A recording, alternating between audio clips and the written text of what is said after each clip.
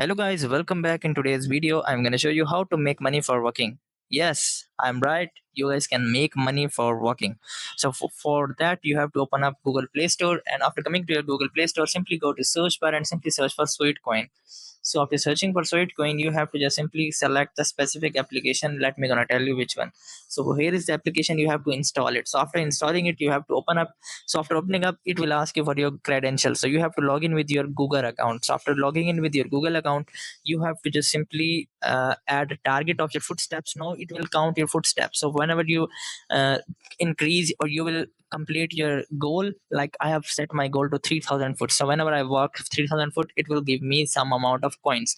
So after coming to that coin will be added to at the top right corner of that coins. Here is right now it is 0.00, but gradually it will increase and you guys can convert these coins into your own money. So I hope this method find you well.